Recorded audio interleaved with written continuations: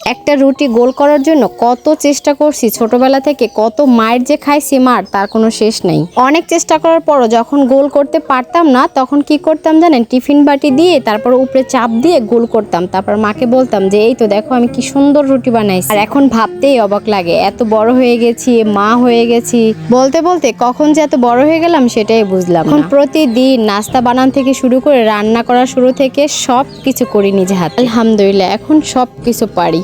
আর মাকে বলতে ইচ্ছে করে, দেখো তুমি যে মেয়েটাকে বলছিলে একদিন অকর্মা, ওই মেয়েটা দেখে এখন নাস্তা বানায় শ্বশুর বাড়ি সবাইকে খাওয়ায়। কিন্তু কি জানেন, এত শখ করে যত কিছুই বানাই না কেন নিজের মাকে না একটুও খাওয়াতে পারি না। কিন্তু বাবার বাড়ি যাওয়ার আগে চিন্তা করি যে না এবার বাড়িতে গিয়ে সব কাজ করব, কিন্তু বিশ্বাস করেন তখন না শরীরটাও বেইমানি করে, এত আলসি লাগে যা ধারণার বাইরে। যাই হোক আজকে কিন্তু গরম গরম পুরি বানিয়ে ফেললাম সন্ধ্যার জন্য। একটা সময় গ্যাস্ট্রিক কি জিনিস বুঝতামই না, আর এখন একটু তেলের জিনিস খাইলে কি জ্বালা পোড়া লাগে আসলে বুঝি না, আসলে মনে বুড়ো হয়ে গেছে। তোমরা কে কে দুধ চার পুরি পছন্দ করো অবশ্যই জানাবে।